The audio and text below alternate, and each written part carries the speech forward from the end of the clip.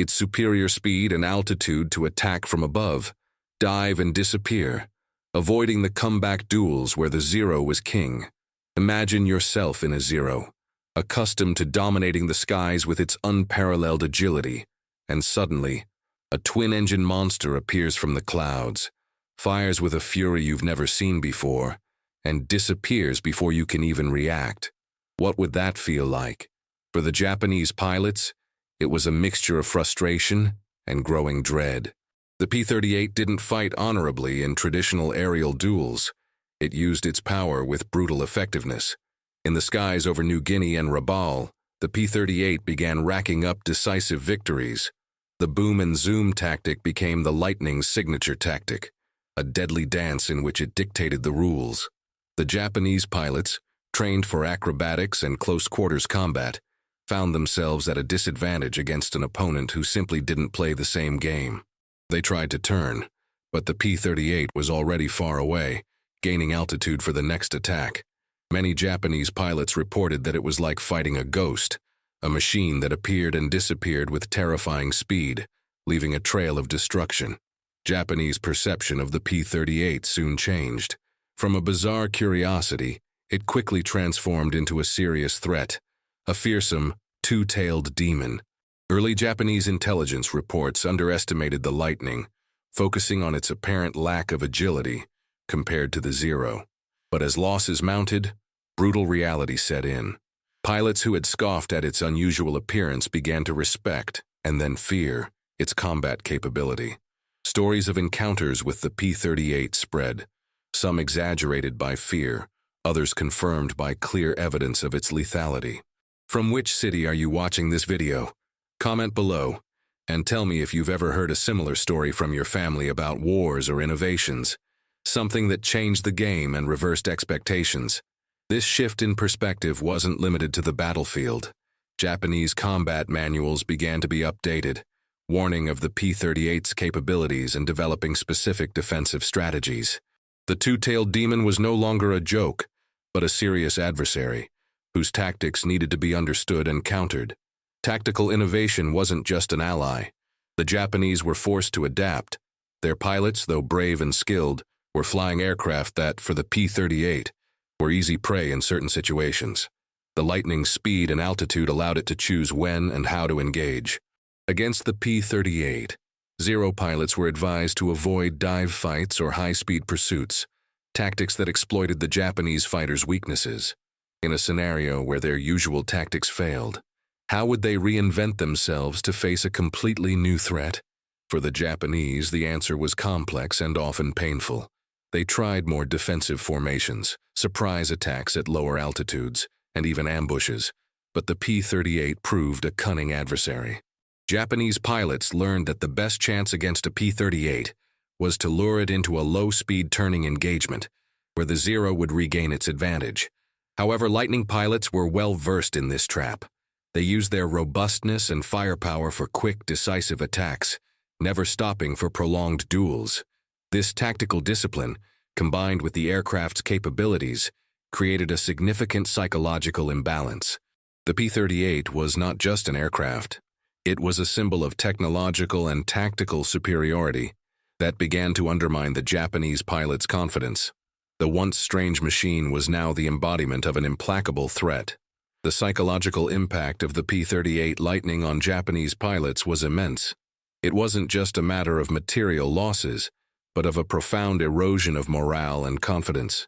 Imagine being an elite pilot, trained in the philosophy of Bushido, accustomed to dominating the skies and seeing your plane as an extension of your own soul, capable of unparalleled aerobatic feats.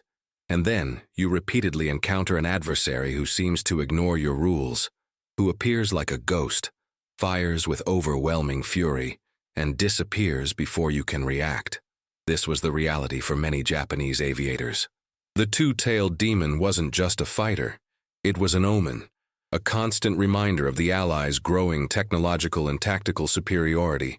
With each encounter, with each comrade who failed to return, the P-38's shadow lengthened over the Japanese squadrons. The frustration was palpable. They couldn't engage in the turning dogfights that were their specialty and pride.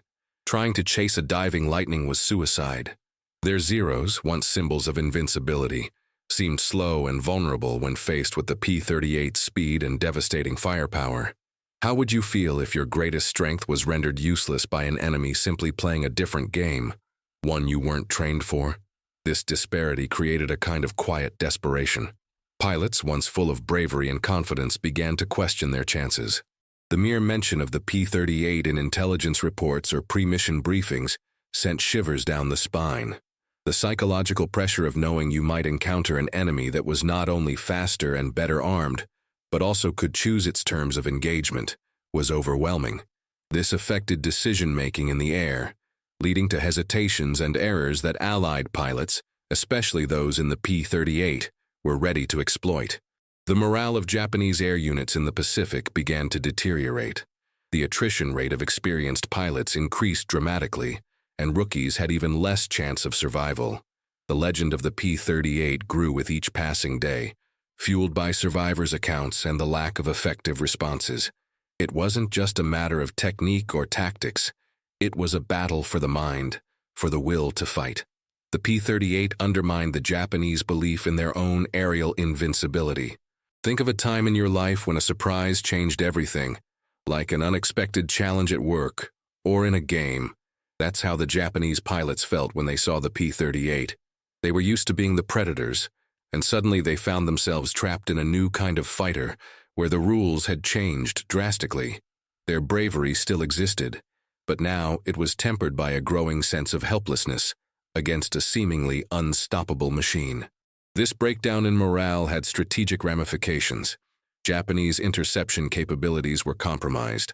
Reconnaissance flights became more dangerous. Defending bases and convoys became an even greater challenge. The P-38 not only shot down planes, it dismantled the confidence, coordination, and overall effectiveness of Japanese aviation.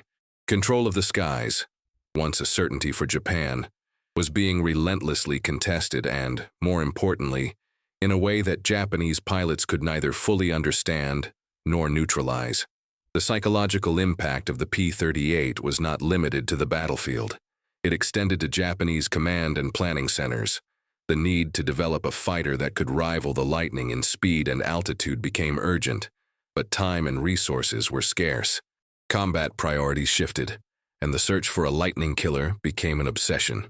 The P-38 forced Japanese engineers and strategists to completely rethink their designs and combat doctrines, accelerating the development of more powerful and firepower-rich aircraft, such as the J-2M Raiden and the N-1KJ Shiden. But these machines would arrive too late to significantly alter the course of the war. The P-38 Lightning, with its unique silhouette and overwhelming performance, left an indelible mark on the minds of those who encountered it. It wasn't just an aircraft.